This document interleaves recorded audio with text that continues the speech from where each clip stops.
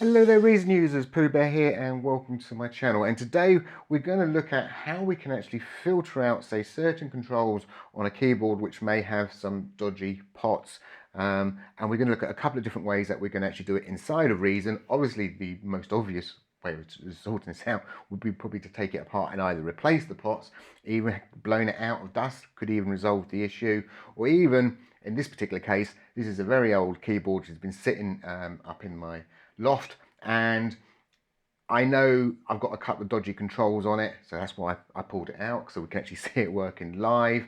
But actually, even just by wiggling the controls, you're going to probably clean some of them up, just getting a bit of movement into them. What I've decided to do is wire up Midi-OX, so that appeared in one of my other videos, so I can actually monitor what's going on this keyboard. I haven't been touching it, and I think it's actually been doing stuff in the background. I know I've definitely got about 3 dodgy pots on this, and we've got to identify them. Obviously the first one looks like the mod wheel itself is a little bit sticky here and there, and it keeps firing off every now and then. Again, probably if I was to just keep moving it and moving it and moving it, that might clear it up. We've got some other dodgy pots somewhere around here. I notice it's a little bit sluggish in the way it sort of moves and all the rest of it.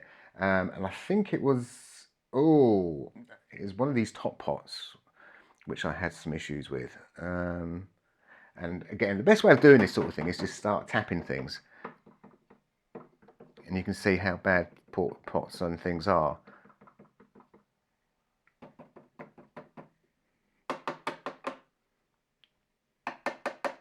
Something moved there and I don't know.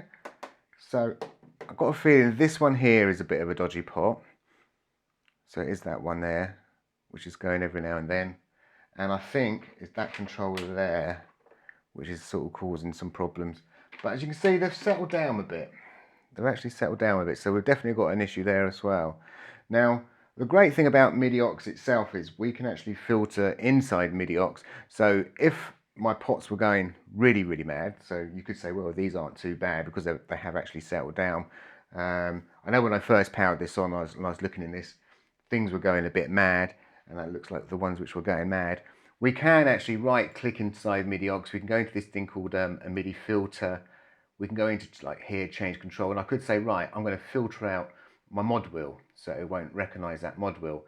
And I think the other ones were, oh god, yeah, you've got to do some hexadecimal conversions. I think, what was the other ones? Is it a B? Oh yeah, and a 75. So they're going to be around about, I don't know, 107 and a 117 or something stupid like that, aren't they? 117, and can I scroll up? So I've got my zoom on it, like, oh, is it going to be quicker to do it this way? 117,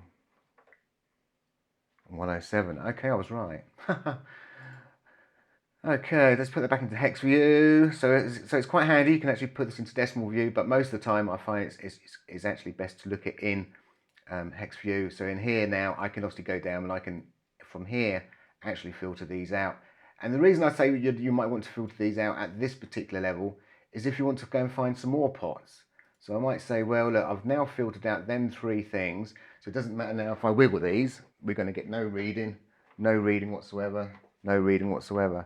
Great. So now if I was to go along and start tapping other things, you know, maybe another pot might decide to appear or not.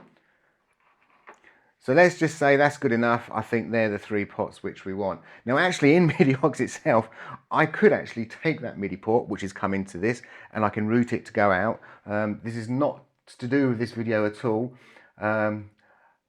So from here, I can actually, also I've got this other port called loop MIDI port output port. I could grab another one if I wanted to, and I could just grab this and push this to that, and I can actually filter them controls out. And so now going on out on that other port is going to be minus these. So it doesn't matter if I wiggle these are not going to go out on that actual port. But we're going to actually do it inside Reason itself.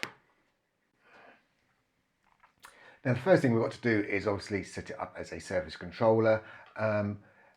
I'm going to do add manually in this particular case. And the other thing what we're going to do with this, I know there are some drivers for this, but I'm actually going to set it up under one of my drivers. And I know it's actually talking on MIDI channel 1, so that's good enough. The port is going to be, there we go.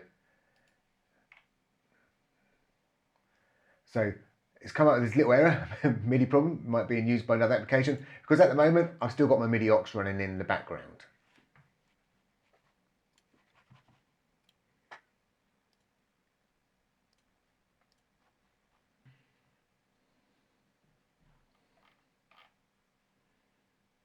So I've stopped Midi-OX, so let's try again. And here we go, it's now selected it this time. And obviously I'm going to give it a slightly better name. Yes, it is on channel 1 because that's obviously what we are talking on with the oxygen. So I'm just going to just call this my Ox 49. There we go. And there we have it. It's now running obviously inside Reason. So the very first quick fix that I would actually do if I was having a sticky port from, say, a controller, is I'll actually come in here and I'll actually create myself a really basic object. And I expect I'm going to go for something like a combinator. Then what I can do here is I can obviously right click and do edit remote override. And this is where I would say, right, I'm going to actually put my mod wheel to that. Why not? I'm going to do exactly the same thing here, and I'm going to move that particular fader. Cool, there's that one done. And again, on this one here, I'm going to edit override that other dodgy fader as well.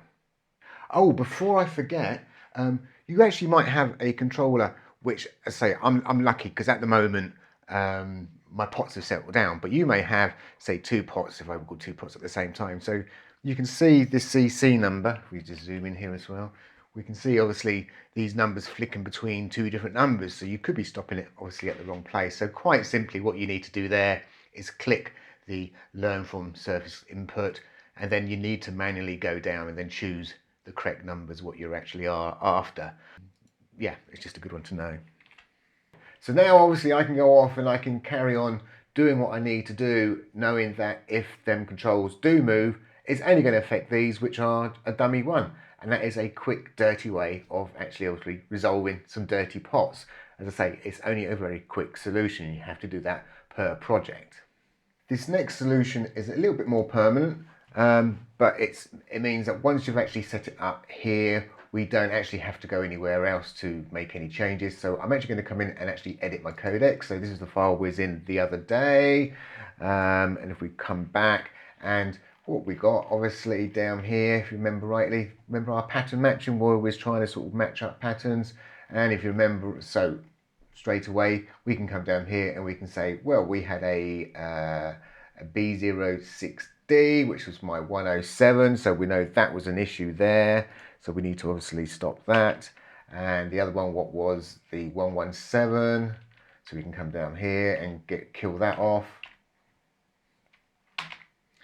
And the final one obviously was the actual modulation wheel itself, which is this one here, this one here. So we click on that and we should be able to get rid of that as well. So let's restart Reason. So here's my default template. It's going to right click on anywhere, edit remote override. So let's just zoom in on this bit here. There we go. Oh, that's picked up my, I use my foot pedal, you see, for controlling things. So I'm going to move a control which is next to one of the controls which we didn't demap there. And now I'm going to move the control, would be CC117. And as you can see, nothing. The same with 106, nothing at all is happening on the screen. Boring because nothing's happening. And obviously I'm now going to move my mod wheel, and again, nothing's happening. So if I now move another control, yes, we can see everything's working. We can prove other things are actually working apart from the control we actually want. Or that, more importantly, the controls we have moved out. So that means any old documents, any new documents, are totally going to ignore them controls. So you could say, well, as a temporary fix, or a more permanent kind of temporary fix, you can sort of ignore them particular pots, and they're not going to disturb you. They're not going to give you spurious results when you're trying to record, and that's what tends to happen. And before you know it, your cutoff's changed or something else is changed because that's what them controls are taking control of. Anyway, as I say, there's a couple of different solutions there. We can either do a remote override, and that's on obviously a per project basis, or you can do this, which is a little bit more permanent. Obviously, the real proper way of doing it would be to clean them pots out, maybe replace them, and there you go. Anyway, Thank you for watching and bye for now.